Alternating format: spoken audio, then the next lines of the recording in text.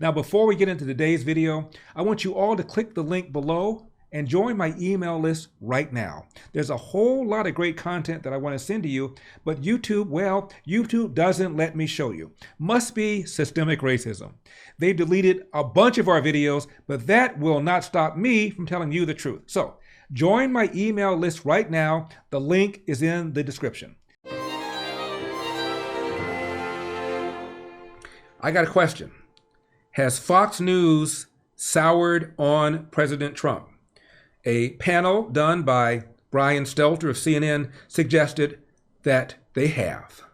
Yeah, well, Donald Trump isn't as entertaining as he was in 2015 or 2016, right? I mean, in 2015, 2016, and for quite a bit beyond that, whether you loved him or hated him, and I was definitely on the hate side of that equation, he was kind of like the car crash on the side of the road that you couldn't take your eyes off of, right? Now that's just not the case anymore. He's just not very interesting to anybody. Not very interesting to anybody? So you're a Trump hater, but you're speaking for everybody, including people that like Donald Trump. He's not interesting to anybody. I think whether you're talking about progressives, conservatives, libertarians like me, I think people like Ron DeSantis are infinitely more interesting. And so that's a judgment call that I think Fox naturally is going to make. Well, don't fool yourself.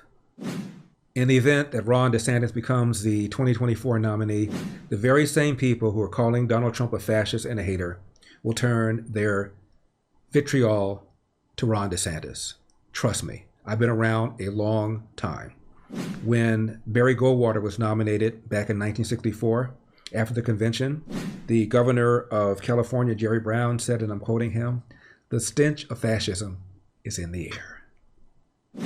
When Ronald Reagan was nominated, a council member of the U.S. House of Representatives from Missouri said that Reagan gets his policies from the fascist precepts of Mein Kampf.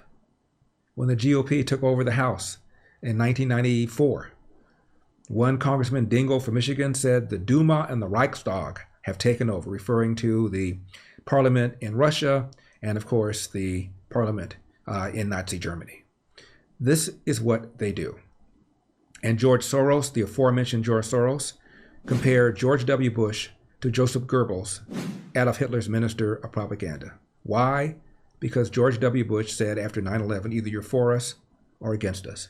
And that made him akin to Joseph Goebbels, said George Soros.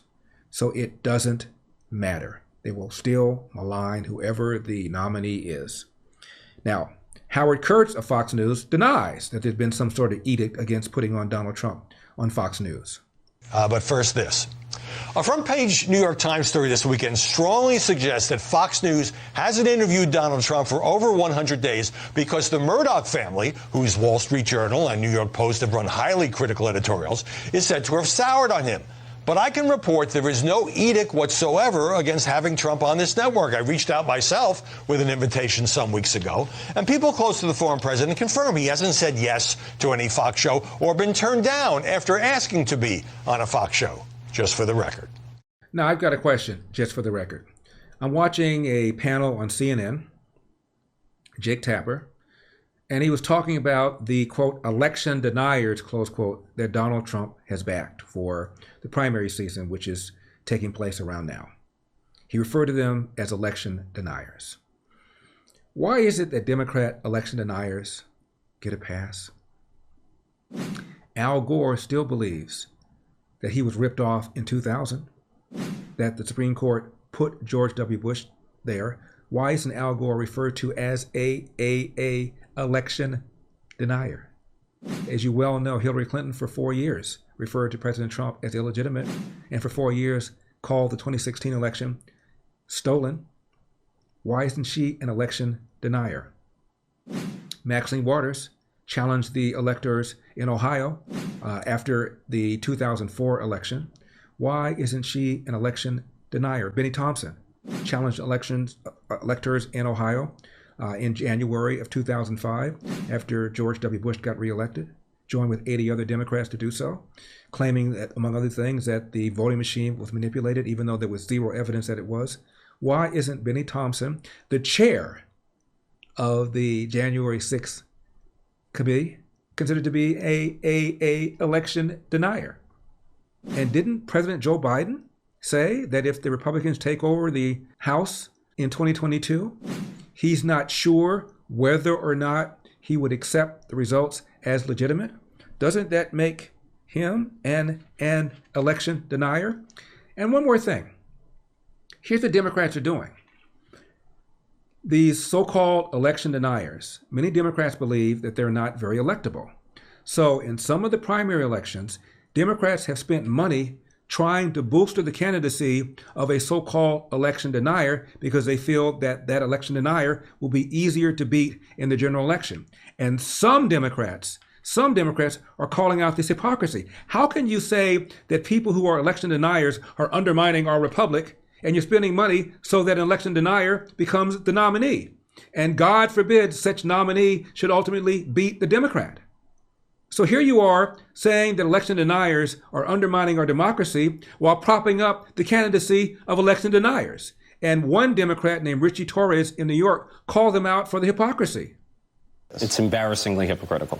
I mean, we cannot credibly defend democracy and then prop up candidates who are an existential threat to the very democracy that we're defending. And in politics, when you try to be too cute and clever, it often backfires. The DCCC is not God. It cannot guarantee the outcome of the general election.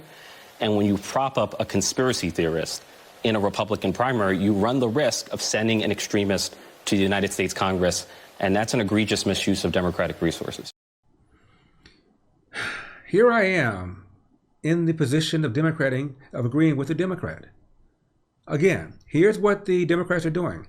They're propping up the most so-called extreme candidate, those who are quote-unquote election deniers, so that the election denier will run against a Democrat. And here is this Democrat saying, one, it's hypocritical to talk about how election deniers are undermining our democracy while propping them up. And number two, what happens if the election denier ultimately wins and you send an election denier to the Capitol? Now, support for Joe Biden among Asian Americans is down almost 30 points within the last year, bringing him underwater in yet another key demographic. 55% of Asian Americans strongly disapprove or somewhat disapprove of Biden's job performance. Only 44% somewhat or strongly approve. Back in April of last year, 72% of Asian Americans approved of Biden's job performance. So this is some 30-point decline. And I'll give you two reasons why. Lowell High School in California and Thomas Jefferson High School in Fairfax, Virginia. What do you mean, Larry?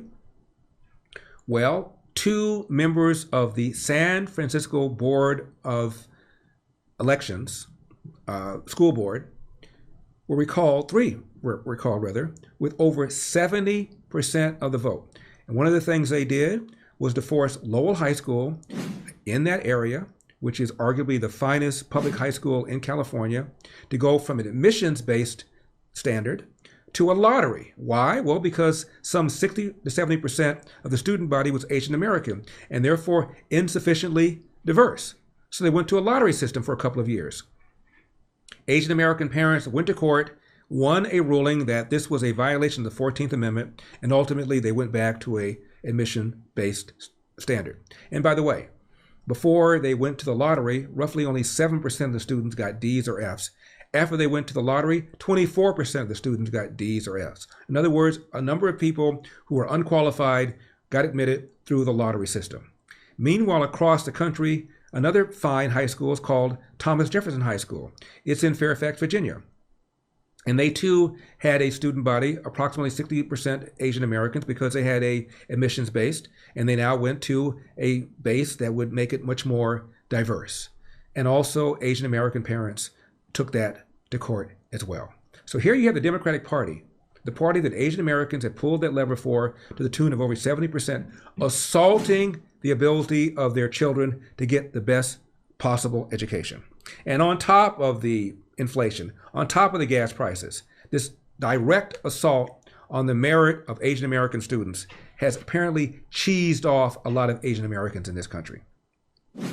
So now blacks are the only major demographic group where a majority still has a positive impression of Joe Biden's job.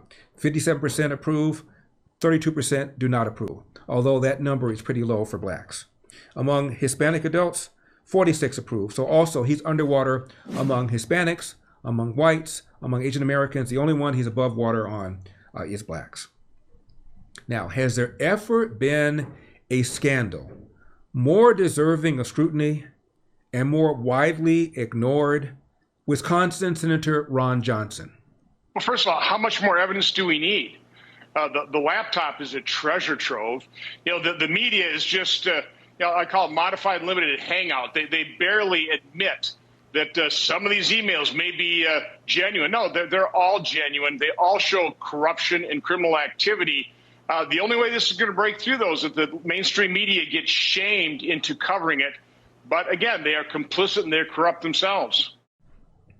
I watch a lot of CNN and MSNBC, so you don't have to.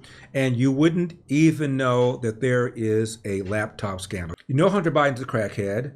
You know that there was a laptop. You know that the laptop was considered to be Russian disinformation. 51 former, quote, intelligence officials, close quote, wrote an open letter after the story got broke, saying that the story had all the hallmarks of Russian disinformation. All the hallmarks of Russian disinformation. While the laptop story was suppressed, that letter went all over the place. And as a result, the story had no real effect on the election. When the election was over, 16% of Joe Biden's voters say, had they known about the Hunter laptop story, they would not have voted for Joe Biden. And you wonder why Donald Trump is angry. Can you imagine if one sliver of information like this was available about Donald Trump and say Donald Trump Jr., 10% to the big guy, Donald Trump Jr. complaining he's got to pay his dad nearly 50%. And it turns out that the business associates of Hunter Biden did in fact meet with Joe Biden. And one of Hunter Biden's former business associates named Tony Bobolinsky puts on a press conference and says that Joe knew I was in a room with Hunter and Hunter's business associates and Joe. And yes, Joe Biden is the person referred to as the big guy. Can you imagine the outcry? Crickets. Now, remember, 888-971-7243. Leave a message, no profanity. Make sure it is under 59 seconds. Smash that like button. Hit subscribe. We post excerpts of the show every single day. I'm Larry Elder. This has been the Larry Elder Show for Epoch Times. And remember, we've got a country to save.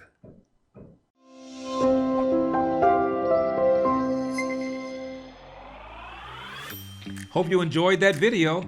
The full show is available to watch right now on Epoch TV. Just click the link in the description below to learn more, because we've got a country to save.